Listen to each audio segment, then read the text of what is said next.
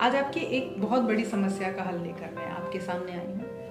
हर लेखक को एक पाठक होना पड़ता है और हर पाठक की एक समस्या रहती ही है कि हम क्या पढ़ें। जाहिर सी बात है, आप एक अच्छा लेखक बनना चाहते हैं तो आपको एक अच्छा पाठक होना पड़ेगा, लेकिन पाठक की यह दुविधा कि हमें कैसे पता चले कि हमें क्या पढ़ना है, हम क्या पढ़ें। साहित्य तो समंदर है, विश्व भर के साहित्य की बात करें तो वो समंदर है। उस समंदर में से हम कैसे चुनें कि इसमें से हमें क्या पढ़ना चाहिए।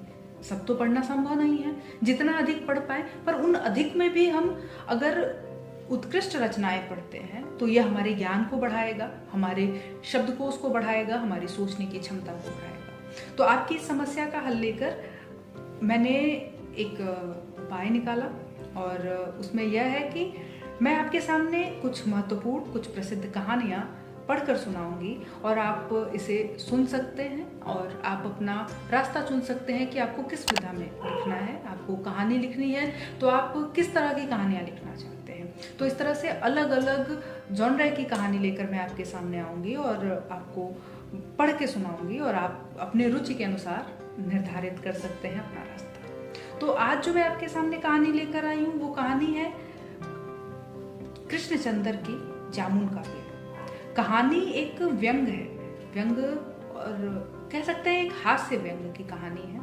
और आपको पढ़कर अंत में आते आते सोचने पर मजबूर करेंगे। तो हम कहानी शुरू करते हैं। कहानी जामुन का पेड़, कृष्णचंद्र। कहानी शुरू होती है कि रात को बड़े जोर की आंधी आई। सेक्रेटरी के लॉन में जामुन का एक दरख्त गिर पड़ा। सुबह जब माली ने देखा तो उसे मालूम पड़ा कि दरख्त के नीचे एक आदमी दबा पड़ा है। माली दौड़ा दौड़ा चपरासी के पास गया। चपरासी दौड़ा दौड़ा क्लर्क के पास गया। क्लर्क दौड़ा दौड़ा सुपरिटेंडेंट के पास गया और सुपरिटेंडेंट दौड़ा दौड़ा बाहर लॉन में आया। मिनटों में गिरे हुए दरख्त के नीचे दबे हुए आदमी के आसपास भीड़ इकट्ठा हो गई। बेचारा जामुन का पेड़ कितना फलदार था। एक क्लर्क बोला, इसकी जामुन कितनी रसीली होती थी। दूसरा क्लर्क बोला, मैं फलों के मौसम में झोली भर के ले जाता था। मेरे बच्चे इसकी जामुने कितनी खुशी से खाते थे। तीसरे क्लर्क ने रुआंसे होकर कहा, मगर ये आदमी। माली ने दबे हुए आदमी की तरफ इशारा करके कहा, हाँ यह आदमी। सुपरिटेंडेंट सोच में पड़ गया। पता नहीं जिंदा है या मर गया। एक चपरासी ने पूछा। मर गया होगा। इतना भारी तना जिसकी पेट पर गिरे वह बच कैसे सकता है। दूसरा चपरासी बोला, मैं जिंदा हूँ। दबे हुए आदमी ने बमुश्किल कराते हुए कहा, जिंदा है। एक क्लर्क ने हैरत से पूछा, दरख्त को हटाकर इसे निकाल लेना चाहिए। माली ने मशवरा दिया। मुश्किल मालूम होता है। एक काहिल और मोटा चपरासी बोला, दरख्त का तना बहुत भारी और वजनी है।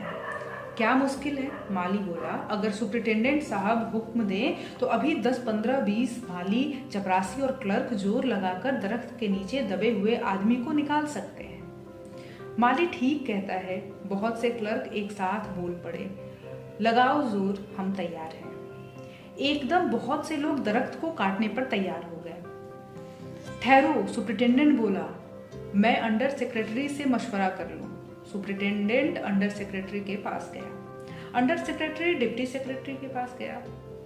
डिप्टी सेक्रेटरी ज्वाइंट सेक्रेटरी के पास गया। ज्वाइंट सेक्रेटरी चीफ सेक्रेटरी के पास गया। अब चीफ सेक्रेटरी ने ज्वाइंट सेक्रेटरी से कुछ कहा।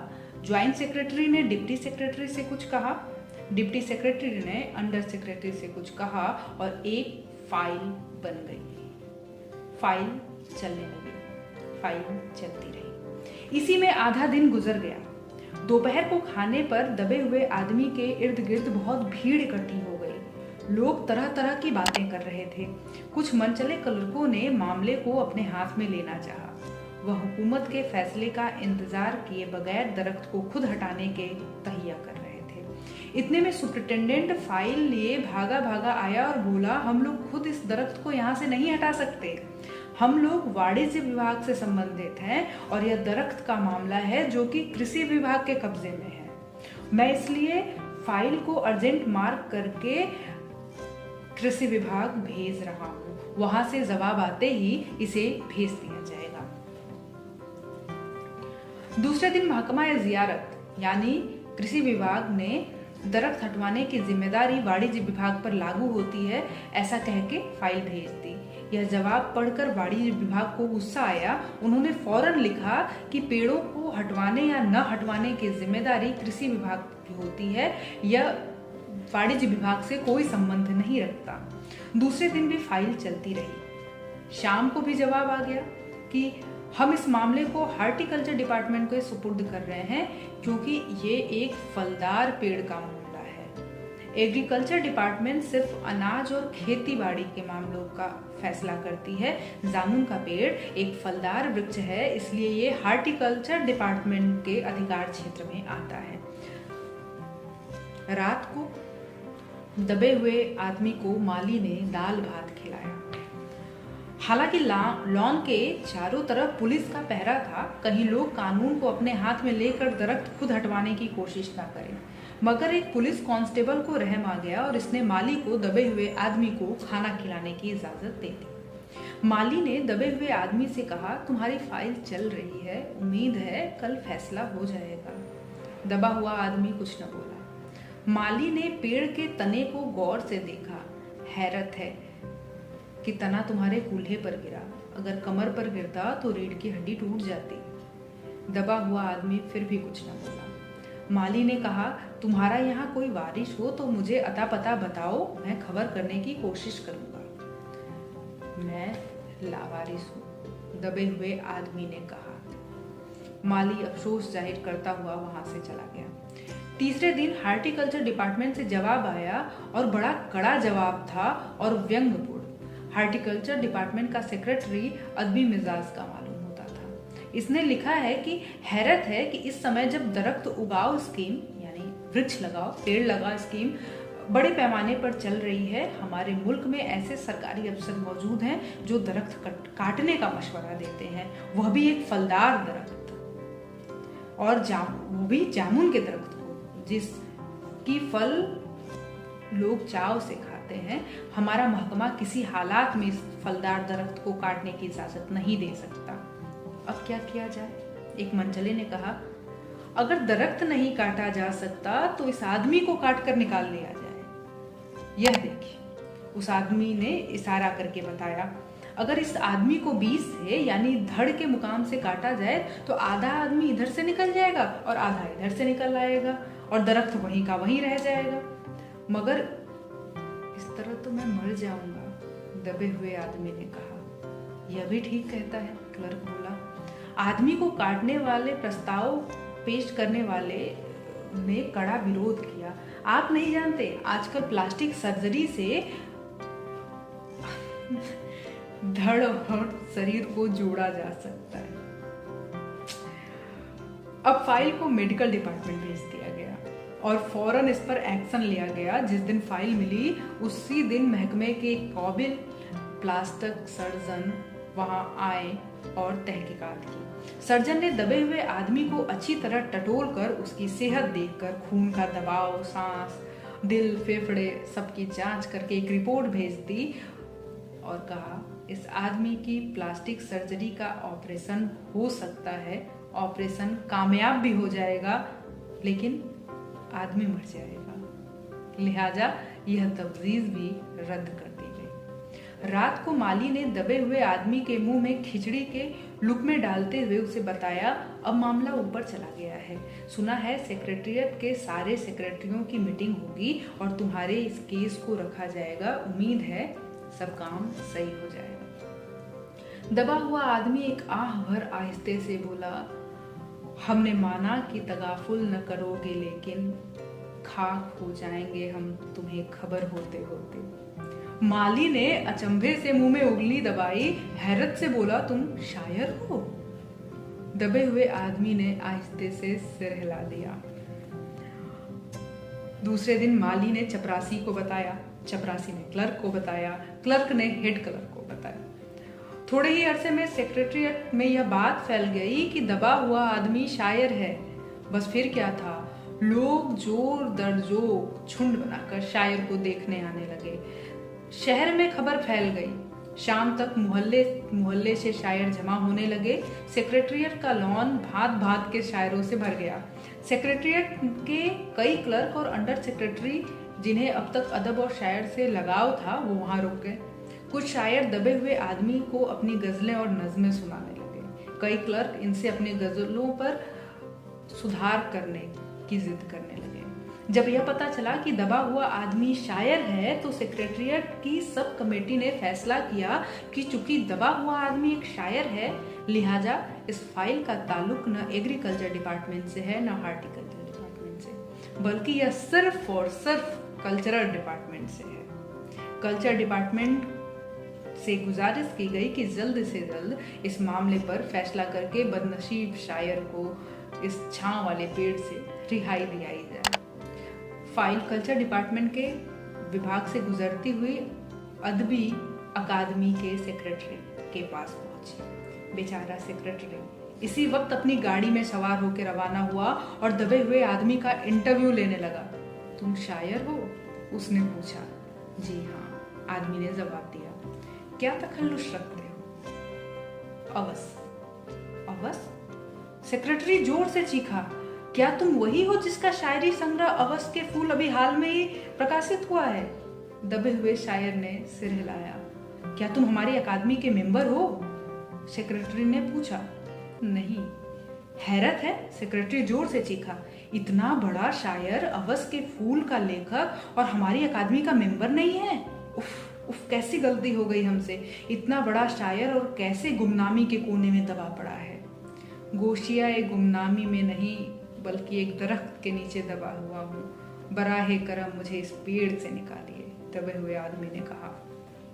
अभी बंदोबस्त करता हूँ, सेक्रेटरी फौरन बोला और फौरन जाकर इसने अपने महकमे में रिपोर्ट की। दूसरे दिन सेक्रेटरी भागा भागा शायर के पास आया और बोला, मुबारक हो, मिठाई खिलाओ। हमारी सरकारी अकादमी ने तुम्हें अपनी केंद्रीय समिति का मेंबर चुन लिया है, मगर मुझे इस दरख्त के नीचे से निकालो, दबे हुए आदमी ने कहा।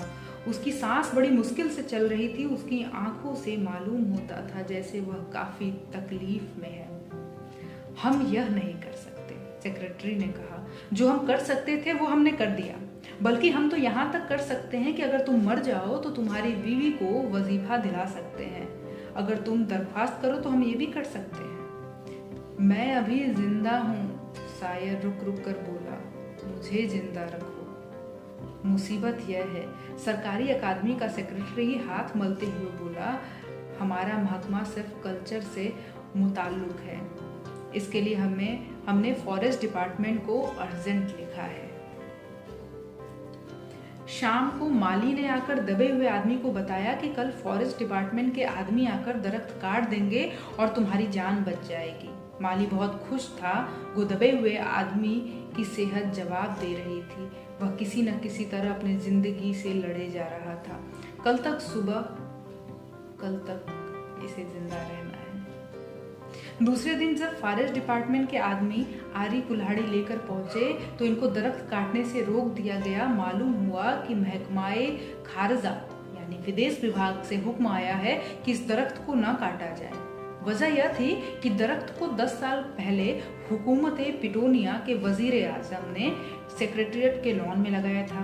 अब यह दरख्त अगर काट दिया गया तो हुकूमत पिटोनिया से हमारे ताल्लुकात हमेशा के लिए बिगड़ जाएंगे। मगर एक आदमी की जान का सवाल है, क्लर्क गुस्से में चिल्लाया। दूसरी तरफ दो हुकूमतों के ताल्लुकात का सवाल है।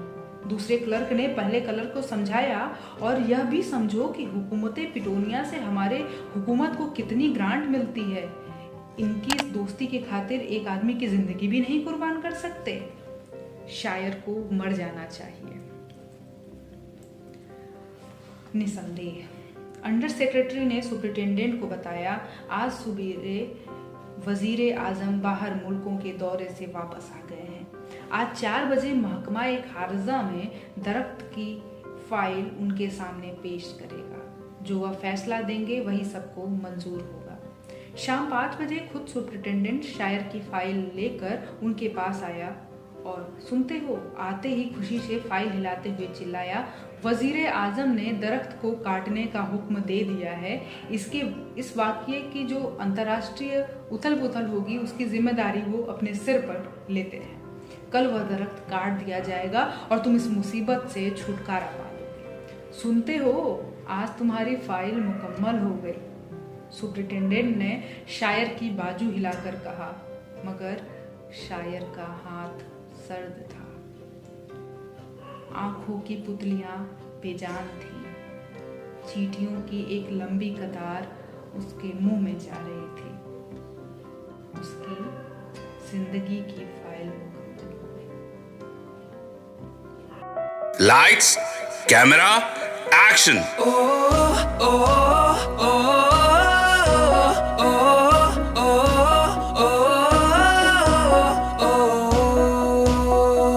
एक कदम बढ़ाओ तुम, मंजिल तक पहुंचा देंगे।